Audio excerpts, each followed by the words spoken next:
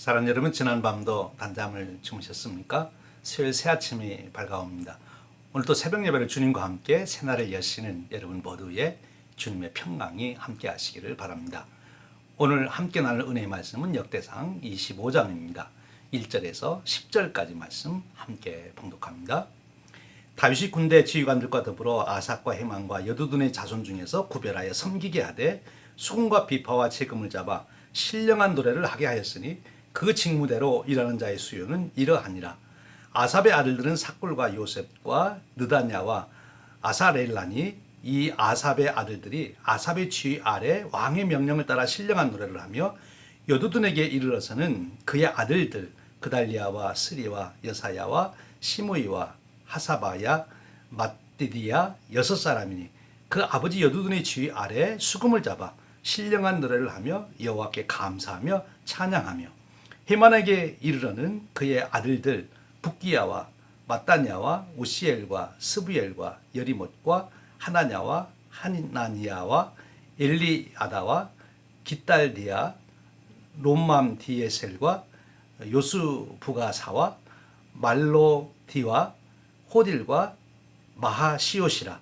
이는 다 헤만의 아들들이니 나팔을 부는 자들이며 헤만은 하나님의 말씀을 가진 왕의 선견자라.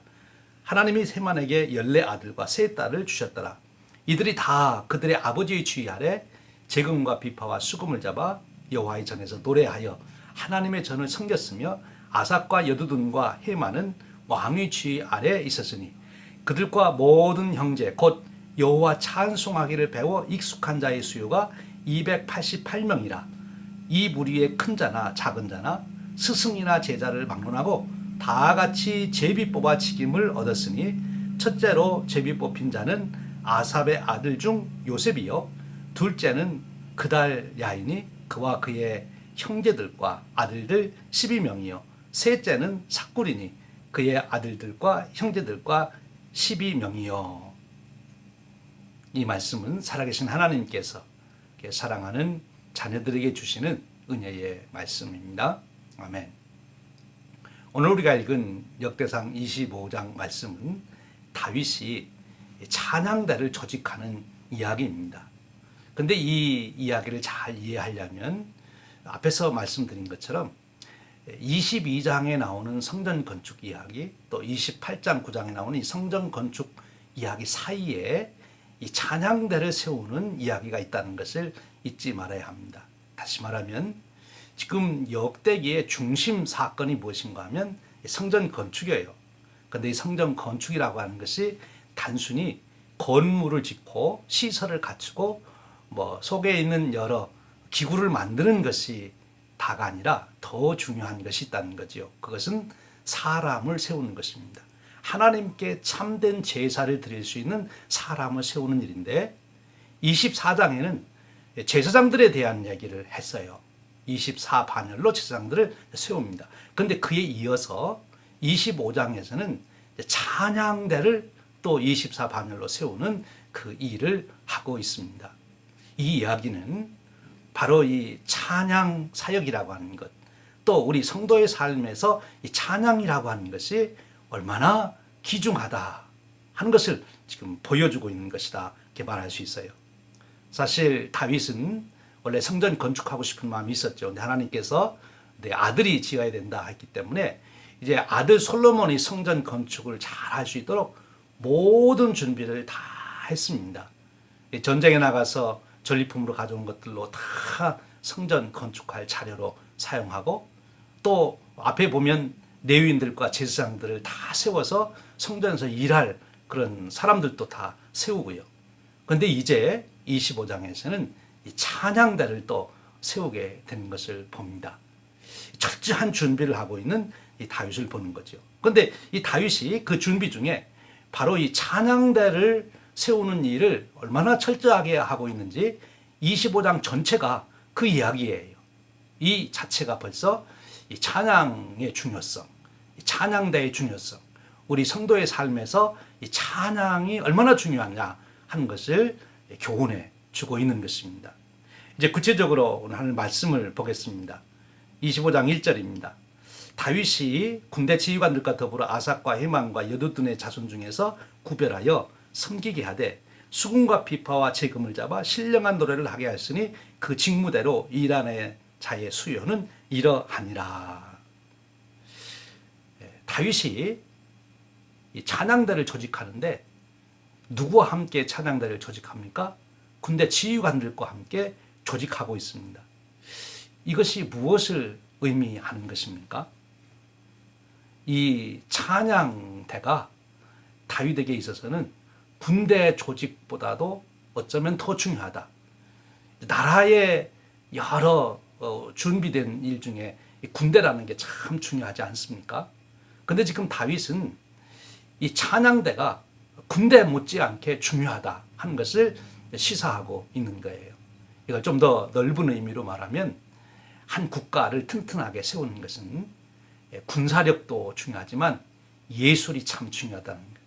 바로 예술은 그 백성들의 정서, 더 깊이는 그 사상을 담고 있기 때문에 그런 것입니다. 그 음악이라고 하는 것, 그 예술이라고 하는 것이 그 사람들의 사상, 그 마음을 담고 있는 것, 그리고 정서를 다루는 것이기 때문에 군사력보다도 더 중요하다, 이렇게 볼 수도 있는 거예요. 참으로 중요한 것입니다. 다윗은 그것을 알았습니다. 다윗은 이 음악의 힘, 음악의 영향력을 누구보다도 잘 알고 있는 자예요. 왜냐하면 본인 스스로가 전문적인 음악가가 될 만큼 음악을 통하여 자기를 그동안 다스려오고 음악을 통하여 하나님께 영광을 돌려왔거든요. 그리고 그 음악을 할 때, 그가 연주를 할 때 하나님께서 자기를 감동해 주신다는 것을 알았어요.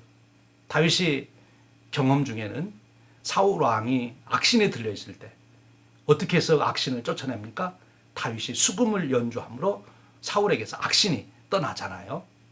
군대를 동원해도 악신은 쫓아낼 수가 없습니다. 그런데 다윗이 찬양을 하니까 악신이 떠나는 거예요. 찬양은 이렇게 영향력이 있고 힘이 있다고 하는 것을 다윗이 알기 때문에 다윗은 이 찬양대를 세우는 일에 온 정신을 지금 집중하고 있는 것을 보게 됩니다.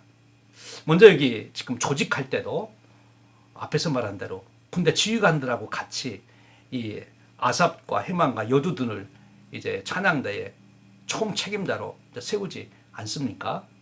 왜 군대 지휘관과 함께 그 일을 했을까요? 그것은 조직 때문에 그렇습니다. 조직. 군대에 있어서 가장 중요한 게 뭐예요? 조직이죠. 조직이 잘 돼야 지휘 계통이 서고 지휘가 이루어집니다. 전쟁에 나가서 제일 중요한 것은 지휘관의 명령대로 군인들이, 병사들이 일사불란하게 움직일 때 전쟁에 승리할 수가 있는 거죠. 이 찬양대도 이 조직을 잘 해야 됩니다. 지휘를 해야 된다는 거예요. 이 찬양이라는 것은, 찬양대는 혼자 잘해가지고 되는 게 아니고 이 지휘자가 찬양대를 지휘하는 대로 전체가 함께 잘 그걸 맞춰야, 즉 하모니를 이루어야 그래야 좋은 찬양이 나오는 거지요. 이것은 한 외적인 모습이라면 더 본질적으로 들어가면 찬양대는 하나님의 말씀에 절대 순종해서 그 지휘 질서를 잘 받아들이는 그런 조직이 돼야 되기 때문에 지금 군대 지휘관들과 함께 이 찬양대 조직을 하고 있다, 이렇게 볼 수 있습니다. 여기서 우리가 받는 교훈은 무엇입니까? 바로 이 찬양의 중요성과 함께 그런 찬양을 잘 공동체가 조화 있게 이루려면 바로 이 조직이 잘 이루어져야 된다. 즉 지휘 계통이 있어야 된다. 더 본질적으로는 순종의 태도를 가져야 된다 하는 것입니다.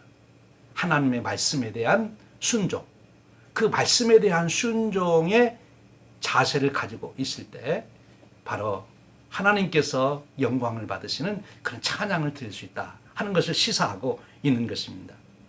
이제 좀 더 들어가 보면 그것이 분명한 사실로 드러나게 되는데요. 이 다윗은 찬양대를 조직하는데 정말 찬양대를 잘 조직합니다. 제일 최고의 책임자 3명을 두고 그 다음에 이제 실무 지휘자들 24명을 또 두지 않습니까? 그리고 전체 찬양대를 288명을 두는데 여기에 나와 있는 288명만이 전체 찬양대가 아니에요.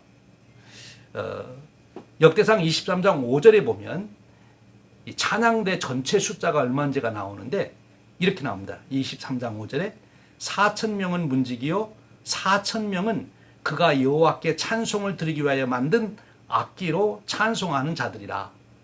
그러니까 4,000명이나 됐다 하는 거죠. 굉장하죠.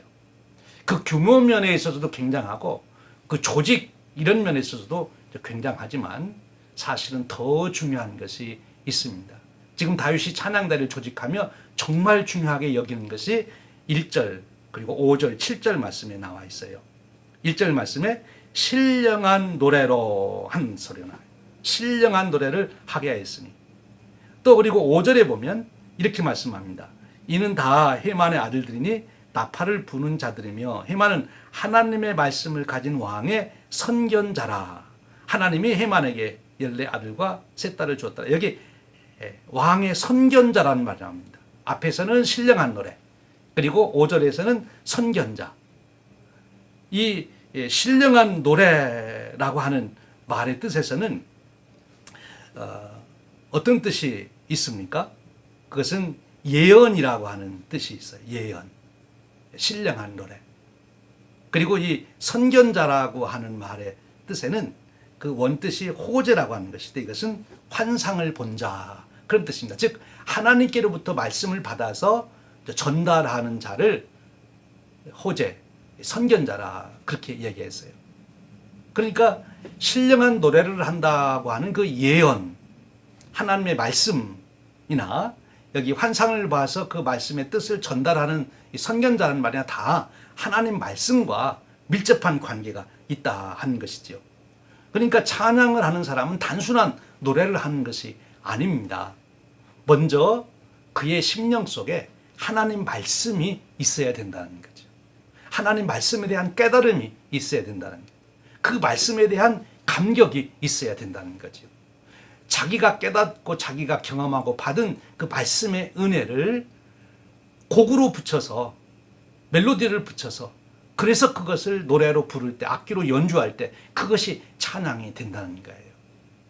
그리고 이 찬양은 세상적으로 말하면 노래는 잘하는 게 중요하지만 이 찬양은 바르게 하는 게 더 중요하다. 그렇게 말할 수 있어요. 즉 그에게 어떤 음악적인 기술이 있고 테크닉이 있느냐 그거에 앞서서 그것도 중요합니다만 그거에 앞서서 더 본질적으로 중요한 것은 그 내용이에요. 정말 그가 하나님 말씀의 은혜 속에서 그것이 감동이 되고 자기 체험이 되고 고백이 되어서 그것을 연주할 때 그것을 노래할 때 그때 찬양의 권세와 힘이 나타난다 하는 것입니다. 목소리도 좋아야 되고 그리고 악기도 잘 연주해야 합니다. 그런데 더 본질적인 것 하나님 말씀이라는 거예요. 그래서 오늘 우리가 현실적으로 교회 예배의 찬양대도 그렇고 또 우리 성도들이 찬양을 할 때에도 그저 흥얼거리는 노래가 되어서는 안 되고 또 그냥 단순한 음악 그것만이 아니라 내 삶의 고백으로서 내 마음을 담은 신앙을 담은 고백으로서의 찬양을 해야 그 찬양대가 권세 있는 영향력 있는 찬양이 되는 거 하나님 기뻐하시는 찬양이 되는 거 또 우리 성도들의 삶 속에서도 그런 찬양을 하나님이 산제사로 받으신다 하는 것입니다. 사랑하는 여러분, 하나님께서 저와 여러분들을 부르셔서 찬양케 하십니다. 예배에서 우리의 일상의 삶에서 그때마다 우리 심령이 정말 하나님의 은혜를 깨닫고 그것이 경험되고 그것이 감격이 되고 말씀의 은혜를 깨닫고 그것이 고백이 되어서 하나님께 드리는 찬송이 끊임없이 나올 수 있기를 주님의 이름으로 축원합니다. 그래서 하나님께 영광이 되고 우리에게는 하나님의 능력과 권세가 임하는 평강이 임하는 그런 축복의 역사가 있기를 바랍니다. 특별히 찬양은 어떤 힘이 있습니까? 두려움을 몰아내는 역사를 일으킵니다. 두려울 때 정말 우리가 찬양을 하게 되면 그 두려움이 사라지는 그런 축복을 누리게 돼요. 여러분 요즘에 코로나19 팬데믹으로 여러 일을 생각하면 두렵고 또 무서움이 있습니다만 찬양으로 이 모든 것을 이기시는 그런 축복이 함께 하시기를 축원드립니다. 이제 보면 이 7절에 그렇게 말합니다. 아삭과 해만과 여두둔의 자손 중에서 구별하여 섬기게 하되 수금과 비파와 재금을 잡아 신령한 노래를 하게 하였으니. 1절 말씀이고요. 7절 말씀은 그들과 모든 형제 곧 여호와 찬송하기를 배워 익숙한 자의 수요가 288명이라. 여기 구별했다는 말하고, 그리고 비파와 수금과 재금을 잡았다 하는 말, 그리고 찬송하기를 배워 익숙한 자, 이 말 속에서 이 찬양대는 훈련이 되어야 된다 하는 것입니다. 배워야 된다는 거예요. 특별히 이 25장의 말씀에 보면 누구에 대해서 얘기하는가 하면 해만에 대해서 얘기합니다. 근데 그 해만은 자기 아들, 딸들을 다 가르친 것으로 나와 있어요. 그 아버지의 다 지도를 받았다. 이 음악적으로 가장 영향을 줄 수 있는 그 공동체가 어디냐? 가족이라는 거죠. 그래서 그 부모들이 가정에서 찬양을 잘 할 수 있게 되면 자녀들이 그것을 배우게 된다는 거예요. 여기서 우리가 크게 한 가지 교훈을 받습니다. 배워야 된다. 노력해야 된다. 연마해야 된다. 지금 이 찬양대로 구별함을 받은 사람들은 잘 공교히 연주할 수 있도록 그들이 연습하고 익숙하게 할 수 있도록 익혀야 된다는 거예요. 그렇습니다. 하나님으로부터 우리가 어떤 사명을 받았을 때 그것을 되는 대로 해서는 안 되는 거죠. 그것을 정말 내가 준비하고 연습해서 정말 그것을 잘 드러낼 수 있는, 내가 하나님의 은혜를 담을 수 있는 좋은 그릇이 되도록 내가 노력해야 된다 하는 것입니다. 이제 구체적으로는 우리 찬양 사역을 맡으신 우리 찬양대, 찬양팀, 또 찬양 사역자들, 또 더 넓게는 우리 온 성도들, 찬양을 하도록 우리를 부르신 하나님께 더 좋은 찬양을 드리기 위해서 우리가 찬양을 배우고 또 연마하는 그런 노력도 함께 하시기를 바랍니다. 되는 대로가 아니라 정말 내가 잘 연습하고 준비해서 그 하나님의 은혜를 담은 그 찬양을 드릴 수 있는 그런 노력, 그런 삶이 되시기를 바랍니다. 사랑하는 여러분, 오늘 또 하루 살아가는 동안 우리의 입술에서 찬양이 있기를 바랍니다. 시편 기자의 소원처럼 내가 하루 7번씩 주를 찬양하리라. 내 마음에 정말 하나님의 은혜와 말씀에 대한 감격을 가지고 찬양할 수 있는 그 축복이 함께 하시기를 축원드립니다.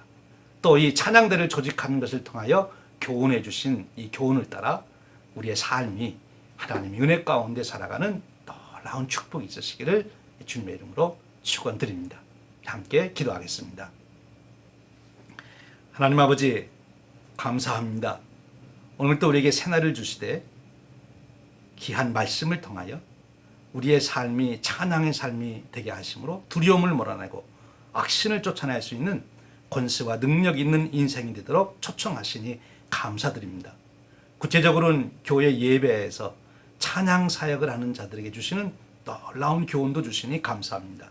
하나님, 오늘 말씀의 교훈을 쫓아 우리가 부름받은 목적대로 하나님을 찬송하는 자들 되게 하시되 그 찬송이 하나님을 영원롭게 하고 우리의 심령에는 평강과 기쁨을 주는 찬양의 역사가 나타나도록 은혜 베풀어 주시옵소서. 우리 주님 예수 그리스도의 이름으로 기도하옵나이다. 아멘. 사랑하는 여러분, 오늘도 찬양하며 주님과 동행하시는 축복의 하루 되시기를 바랍니다.